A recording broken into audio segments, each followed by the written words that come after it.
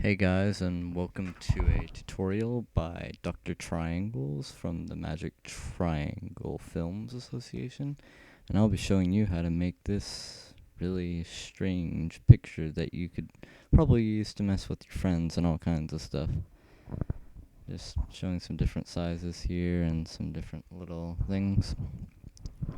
And it's really not that hard. All you need to do is get a couple of images from Google and you should be good to go. I'll be posting those links in the description.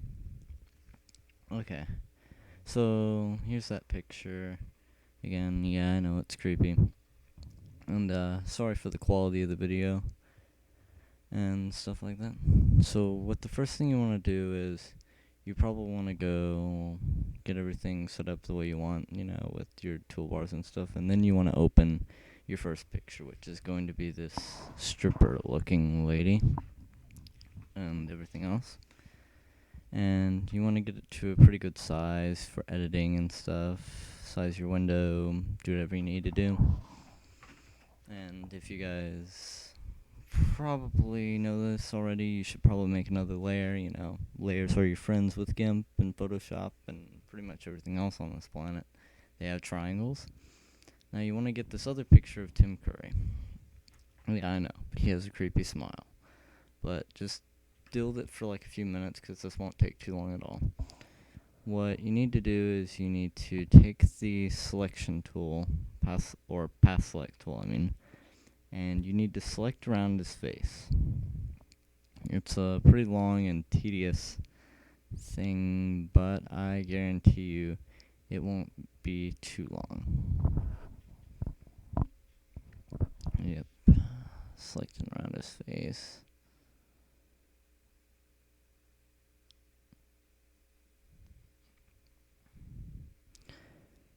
It's important that you select around his beard a pretty good amount because by keeping as much of that detail, it really does bring out kind of a very awkward feel with the picture, and that's exactly what we're trying to go for here.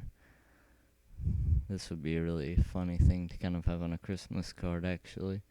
Either that or really creepy, one of the two. So you can also bend the paths and stuff by clicking on the lines and stuff. Now here you want to select around his little sideburn thing because the less of this hair you have in the picture, the better.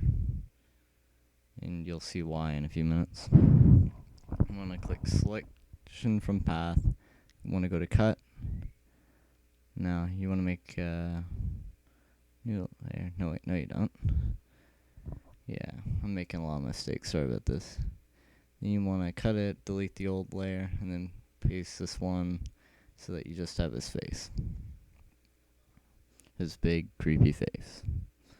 Now you want to size this thing down because, well, obviously the face is going to be too big for the body and you want to get the proportions right. So now you want to try to get this thing moved, zoom in a little bit, get a better view. Now it's too big right now, so I'm going to have to size it down a little bit more. Yeah, you got to get this stuff kind of small. And his face distorts a little bit whenever you scale it, so it's kind of a trade-off there. Now you want to rotate it so that it matches the rotation of the stripper lady's face. And you want to get that put in place. Now it's still too big, so I'm probably going to have to scale this thing down a little bit more and make it even more blurry, but that's okay, because we got triangles.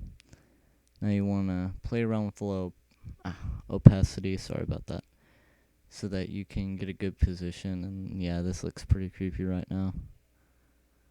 Alright, so once we have a good position going, then we'll have them into place and then we'll start the real editing here.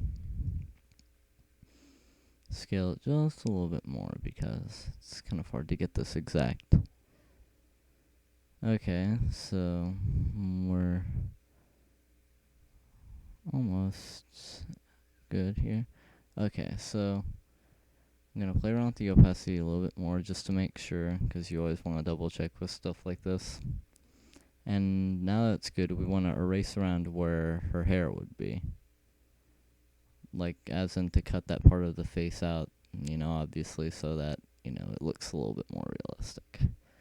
gives that effect. Now there are still some spots over here on the other side, and we're going to be taking care of those right now. Play around with the opacity just a little bit more so I can see what I'm doing. And the chin actually comes out pretty well if you have it at this angle. And here you want to go to this little thing here, and you want to select the color level so that you can get Tim Curry's face to kind of match her skin tone a little bit better so it looks a little more realistic. Okay, need to find a good level. Okay, found one. And now what we want to do is we want to move this layer down. Delete that middle layer so that we only have these two layers. Now what we want to do is we want to smudge this so that there isn't as much of an edge and it looks more natural. Round by the side of the chin especially is a really good spot for that, so it looks like it's her face. And we want to erase around this area a little bit more, make that more realistic. Let's see how this looks up, zoomed out a little bit. Okay, it still has some flaws with it obviously, but we're going to work those kinks out in a few minutes. Shouldn't take long. Now, one thing I wanted to point out is you want to merge the layers down, which I know it sounds like a pretty stupid idea, but trust me, it's kind of necessary for the next step. So what we want to do is we want to do stuff in this layer as much as possible before we have to do that.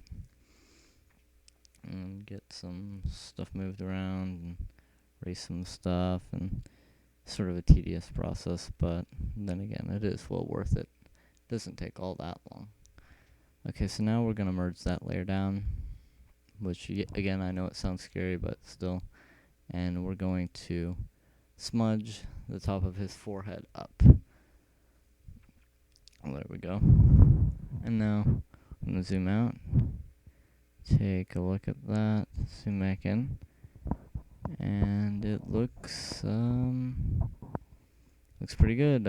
Thanks for watching this tutorial. I might be putting another one about icons up pretty soon, and thanks for watching. May the triangles be with you. Oh, and watch my other videos.